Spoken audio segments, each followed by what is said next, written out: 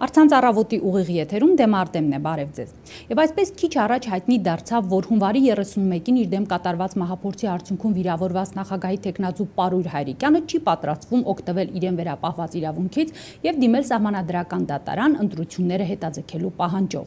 Այսպիսով ընտրությունները հետաձգելու թեման կարելի է սպառված համարել։ Պարույր Հայրիկյանը նշել է, որ նա պարզապես չի ցանկանում շահարկել իր հետ տեղի ունեցածը։ Առաջիկայում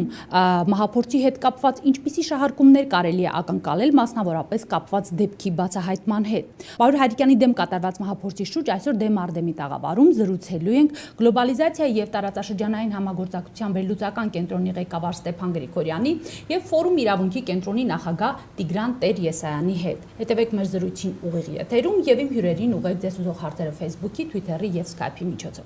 Բարև ձեզ, պարոնայք, շնորհակալ եմ մեր հրավերը ընդունելու համար։ Պարոն Գրիգորյան, նախ կխնդրեի ձեր գնահատականը, որքանով եք ճիշտ համարում ընտրությունները չհետաձգելու Պարույր Հայրիկյանի որոշումը այս իրավիճակում։ Ճիշտն ասած, այդ Պարույր Հայրիկյանի որոշելիք հարցը չի։ Կա պետություն, կա պետական ինստիտուտներ, հետաձգել կամ չհետաձգել, ի վերջո սահմանադրության համաձայն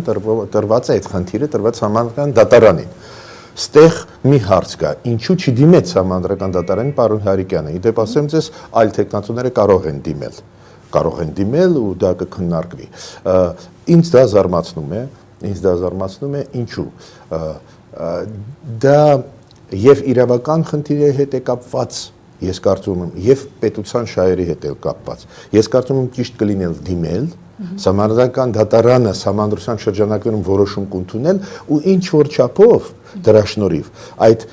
մեր երկրի իմիջը, վարկը, այդ ընտրական process-ի նկատմամբ վստահությունը ինչ որ չափով մի քիչ կվերականգնվի։ Հիմա չդիմելը տարբեր ձևերով կարելի է մեկնաբանել։ Օրինակ, մի մասը հիմա ես նայում եմ ուշադիր այդ Twitter-ները, Facebook-ները, մի մասը լուրջ մարդկանցից ասում է, գիտեք ինչ, այդ նշանակում է, որ ինչ որ ինքը մտավ բանակցությունների մեջ։ Ասենք իշխանությունների հետ։ Մյուս մասը այլ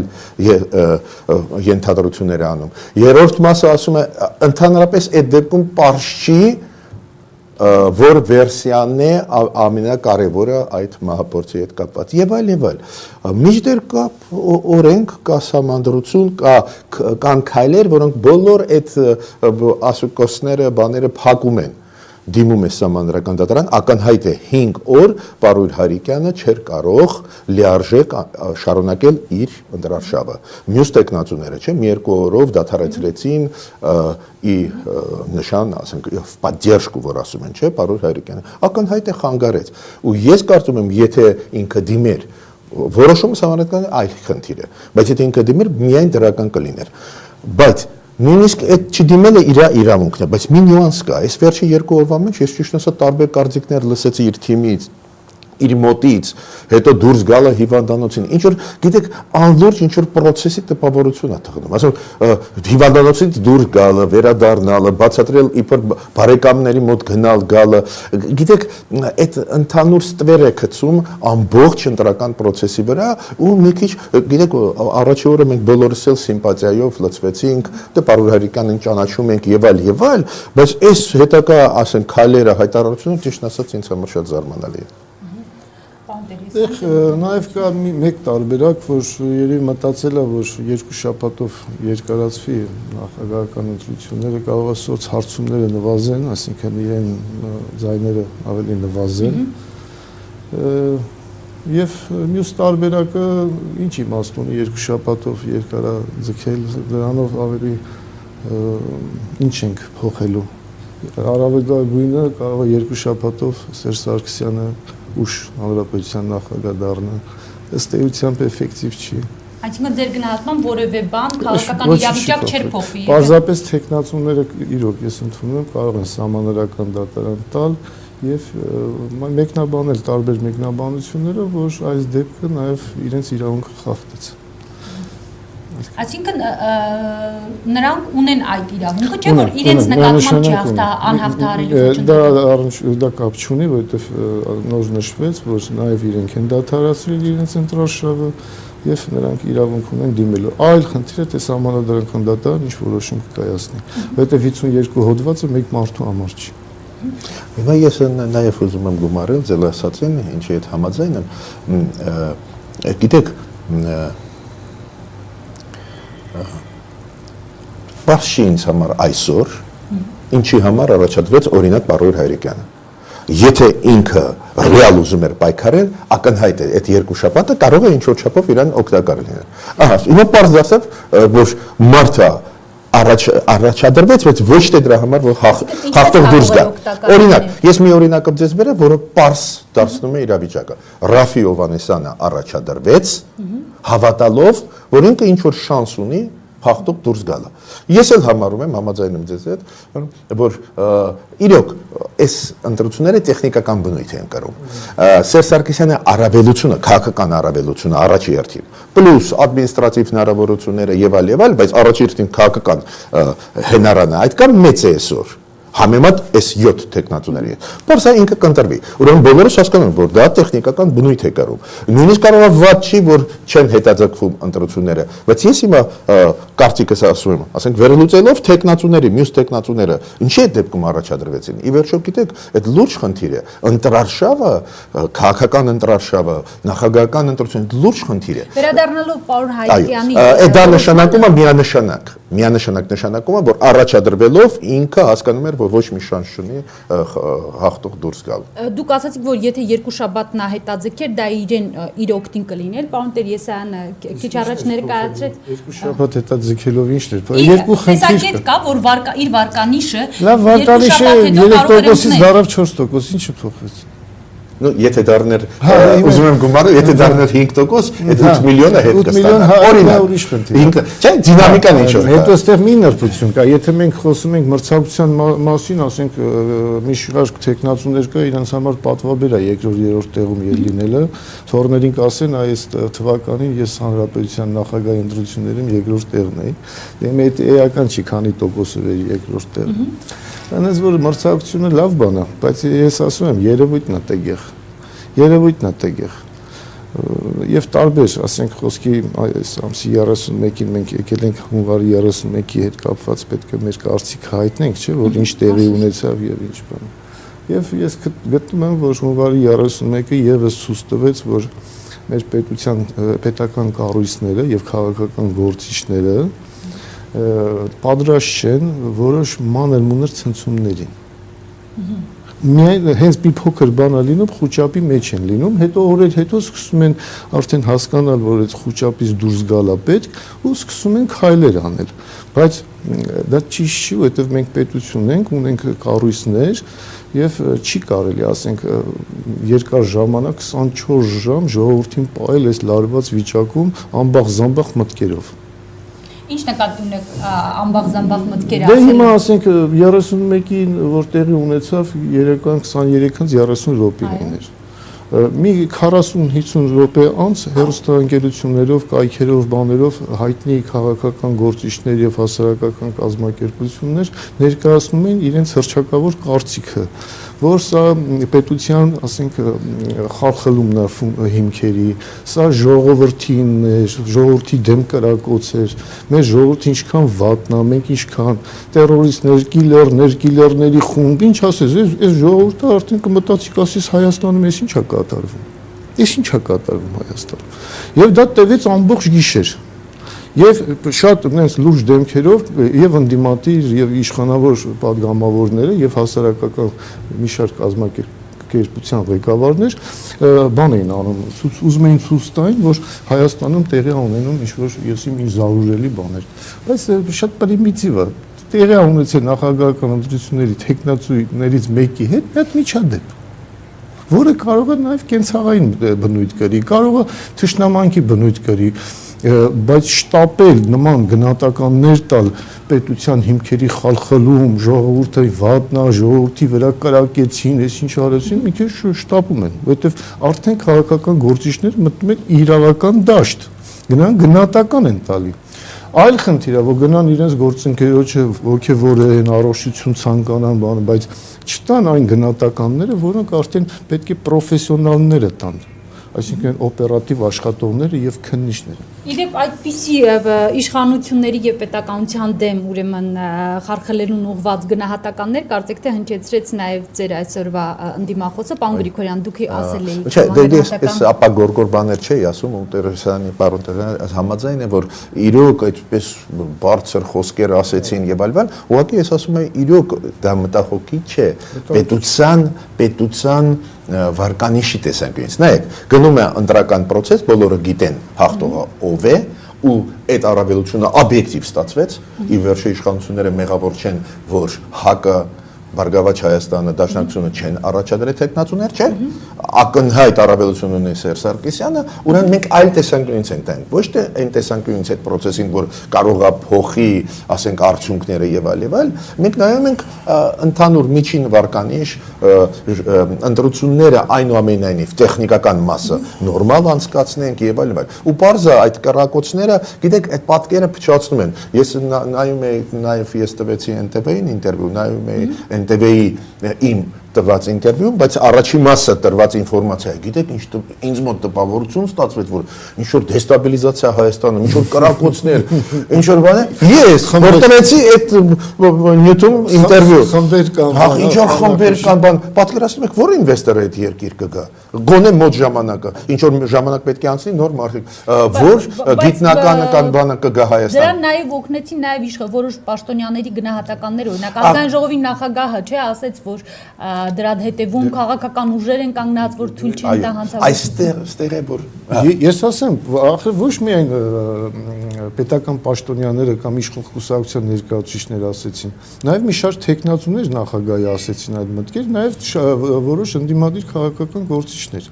Եվ անգամ իրանք այն աստիճան ասեցին, որ արդեն մտան կիլերը եկավ, կիլերը խփեց 20 սանտիմ 30 նյուանսներով բան։ Եղբայր, մենք պետություն ենք, ունենք մեր պետական կառույցները, ունենք լավ պրոֆեսիոնալներ եւ դատախազություն եւ ուժային կառույցներ։ Այդ պրոֆեսիոնալների մասը Դե չէ, չթողեցին մարդիկ խոսան, միկրոֆոնը վերցրեցին ու սկսեցին սաղի տեղը հարցեր պատասխանել։ Պարոն Տերեսյան, պրոֆեսիոնալների հետ կապված, օրինակ այդ կիլերի, այսպես ասած, ֆոտոռոբոտը,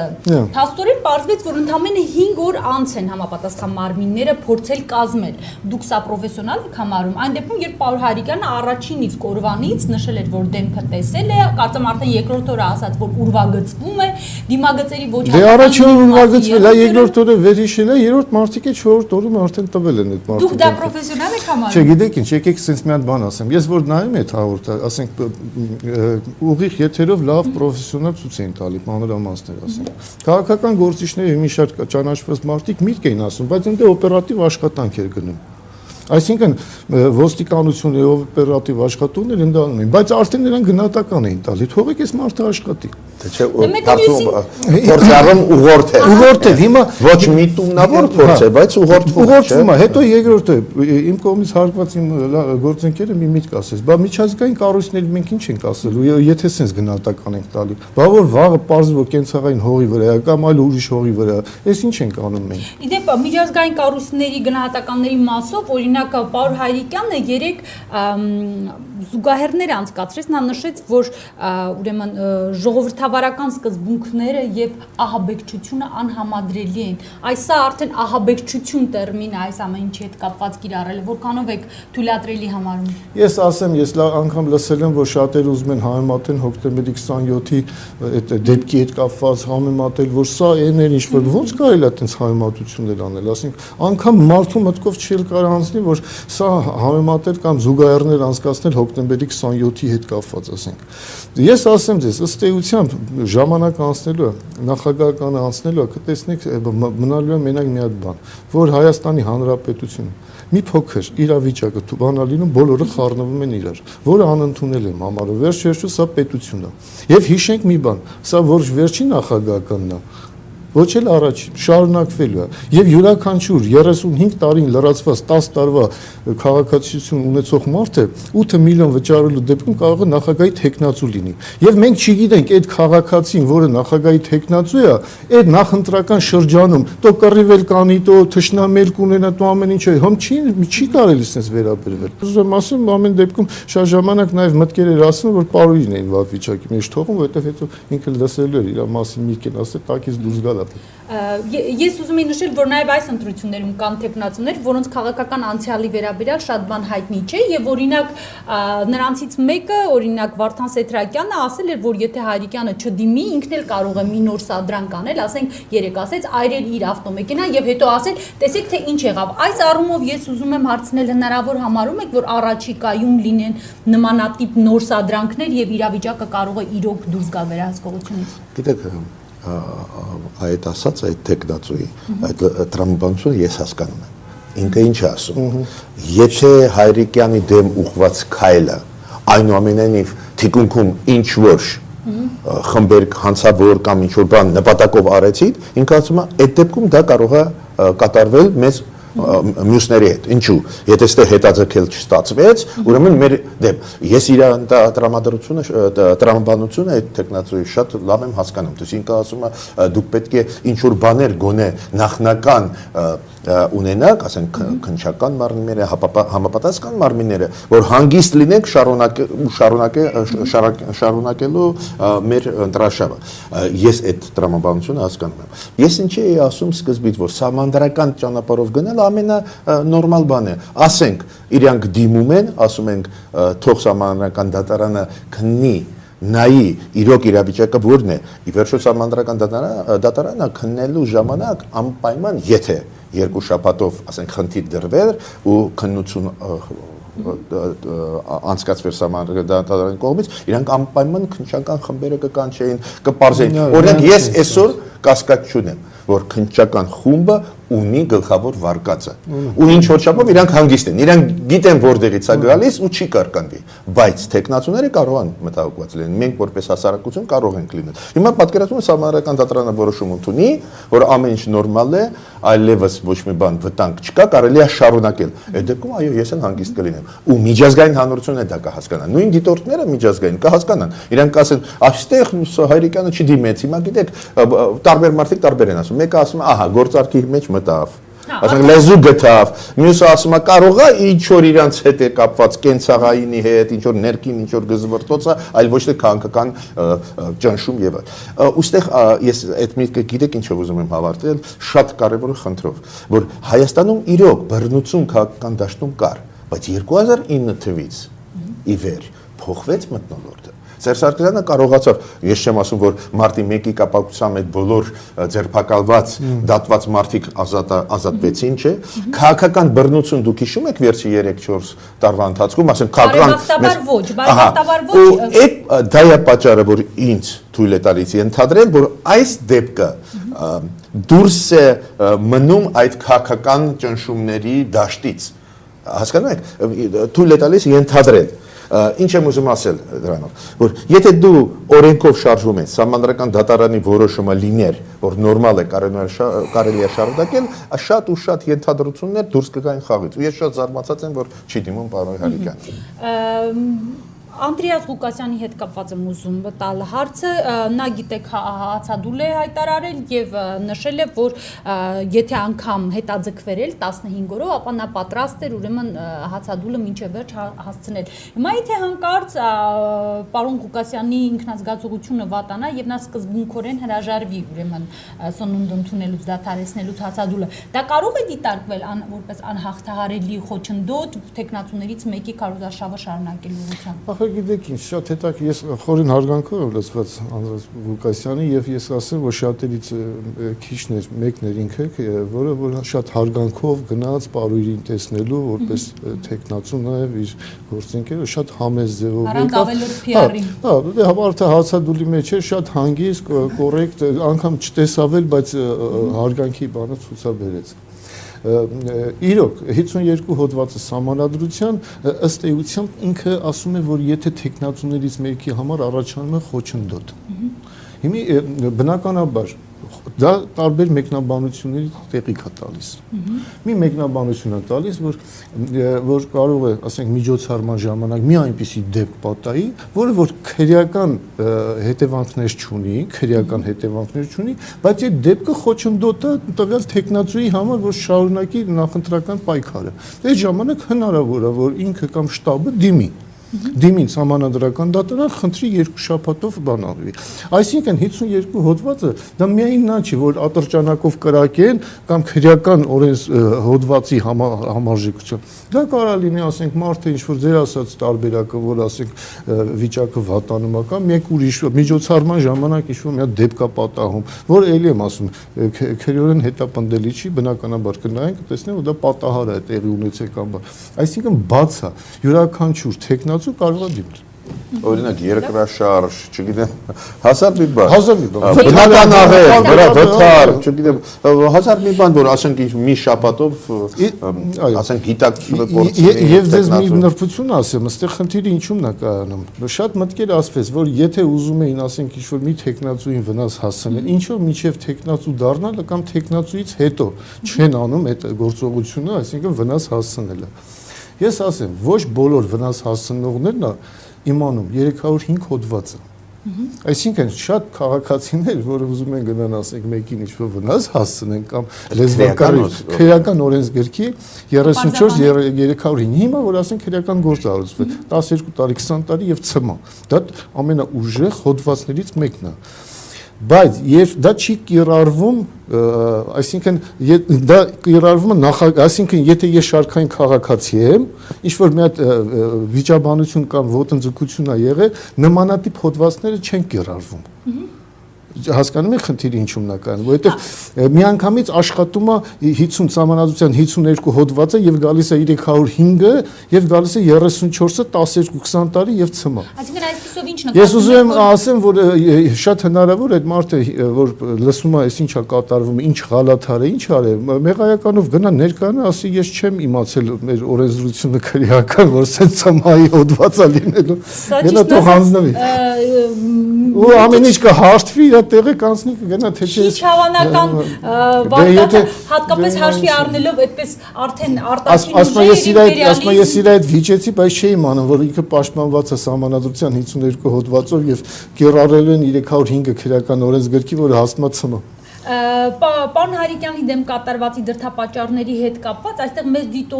դիտողներից հարցնում են, պարոն Գրիգորյան մասնավորապես ձեզ, Վիլենը հարցնում է, խնդրում եմ ձեր մեկնաբանությունը կապված Հարիկյանի այն հայտարարության հետ, որ միգուցե սա նաև այն ուժերի ծրագրածն էր, որոնք չմասնակցեցին ընտրություններին, փոշմանեցին ու հիմա երկրորդ շանս էին ուզում ստանալ։ Մասնավորապես դուք պատահական եք համարում ՀԱԿ-ի մարտի 1-յան հանրահավաքը, որին մեկ ամիս առաջից բոլոր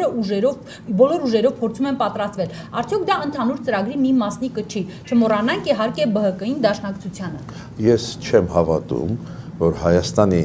ցանկացած քաղաքական ուժ Հայաստանում ցանկացած ընդդիմադիր ուժ իշխող որ ռիսկ կանի։ Մեր քաղաքական ուժերը բոլորը հրապարակային դաշտում են աշխատում։ Անհրաժեշտություն չկա, բոլորը ունեն падգամավոր, բոլորը ունեն ներկայացիչ պարլամենտում, բոլորը գործում են, այդ ձևի ավանտյուրա է։ Ես ավելին ասեմ, ես չեմ ողջունում պարոն Հայրիկյանի այն, գիտեք, պրովոկացիոն հայտարարություններ, որը արվում է Ռուսաստանի դեմ ուղղված։ Հասկացանք, հայտնի մարդ է, հասկացանք, որ մենք բոլորս մտահոգված են, որ կրակել են, բայց պետք չի շոու դարձնել։ Բացատրեմ, ասենք Ռուսաստանին մեղադրել էս պային, էս գեոպոլիտիկ իրավիճակում, այդպես պրիմիտիվ մեղադրել ինչ որ Ռուսաստանի ԿԳԲ-ն եկավ եւ այլն, կներեք, դա չէ, ես անլուրջ եմ ու նույնիսկ պրովոկացիոն եմ համարում։ Դուք գտնում եք, որ նա շոու է դարձնում, հա, ասացիք պետք է շոու։ Չէ, ես չեմ ասում ինքը մտածված շոու է դարձնում, բայց իր ասածը բերում է շոուի։ Ակնհայտ է, որ ստեղ ոչ մի հետք չկա դրսի ուժերի, կներեք, Ռուսաստանը հասկանում է ցանկացած Հայաստանում ընտրված պրեզիդենտ, ցանկացած նախագահ, նույն մարդը եթե վերընտրվի ու կվերընտրվի, եթե նորը ընտրվել, բոլորը Ռուսաստանի հետ կաշխատեն։ Ինչի մասին է կամական, հա, ուրեմն ինչ որ գործողություն դուք, չէ, հետո Ռուսաստանը մենք կարող ենք համաձայնվել քաղաքականության այդ Պուտինի կամ չհամաձայնվել, դա լուրջ երկիր է։ Այսինքն Սադրականի կյանքում իրանք չեն գնա։ Ինչ եմ ուզում ասել։ Ուզում եմ ասել, որ այս ձևի բաներ ասել կամ ստվեր գցել, ասենք անդիմադիր ուժերի վրա կամ իշխող ուժերի, ես ուղղակի անթույլատրելի եմ համարում։ Շատ լավ, դուք քիչ առաջ մի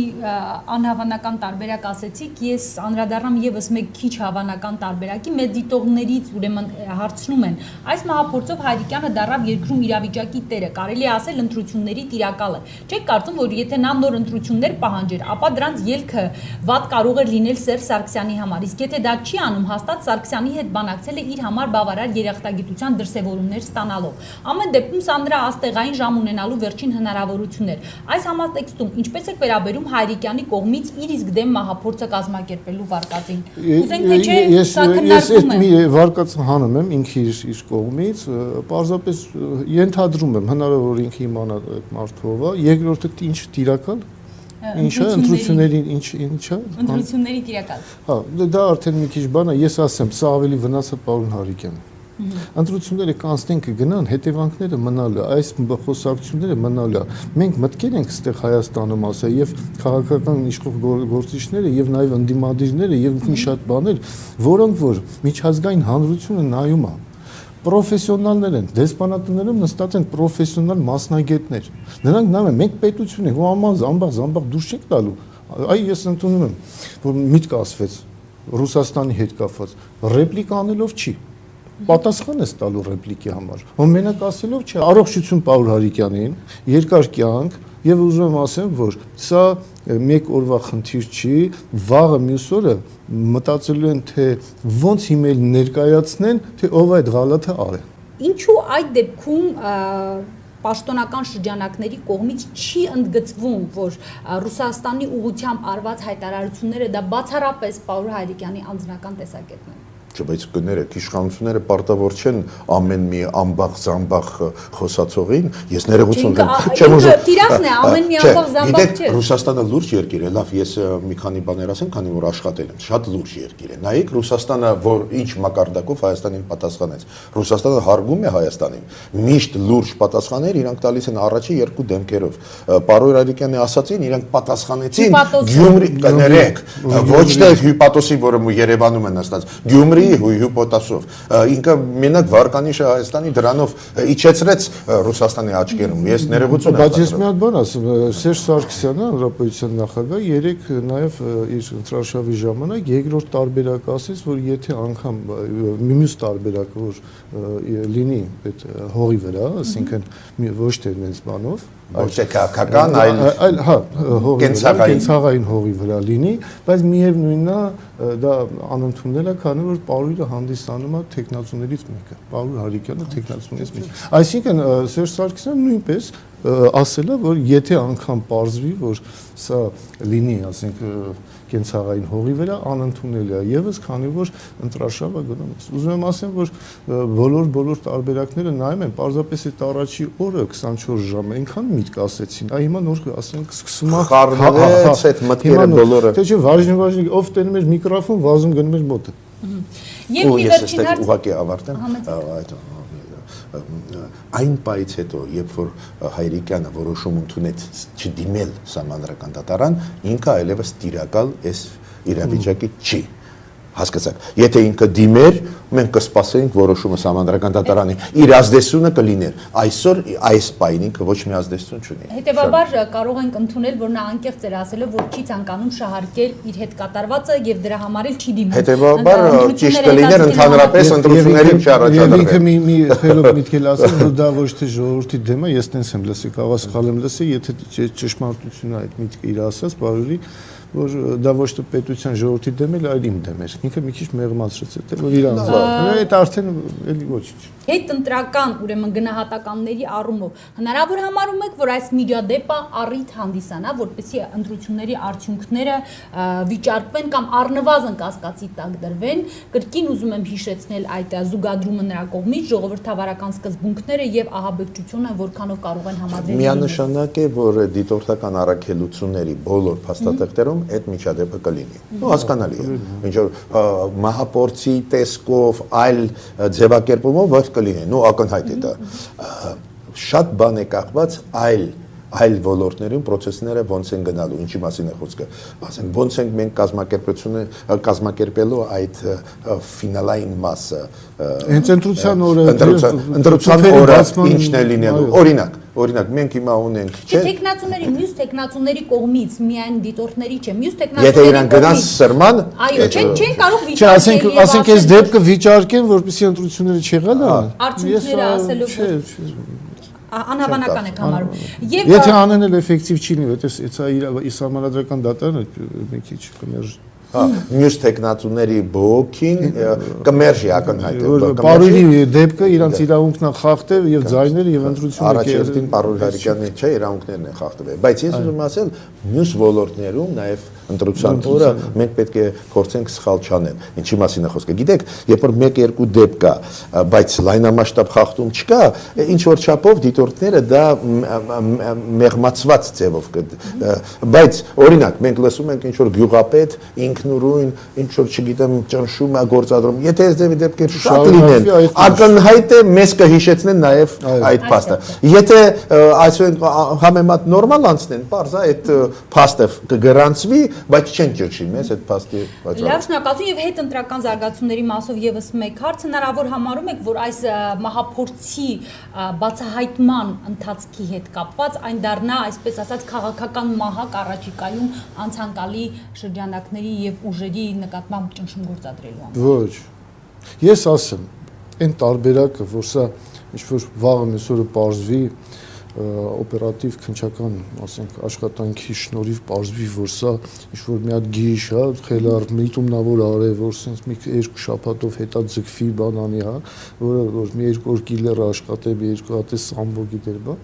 հա, այդ էլ է տարբերակ, այդ էլ է, բայց խնդիրը նրանումն է, որ մի փոքր բան է լինում, պետք չէ sense խուճապի մեջ բան անել, լացակումած, սա նրան քննադատել ֆունդան։ Հիմա, հա, եւ ես ձեր ասած ասեմ, որ սա առիթ լինի ապագայում հետապնդելու, ասենք, մյուս քաղաքական ուժերին, բանին, հա, բերեն,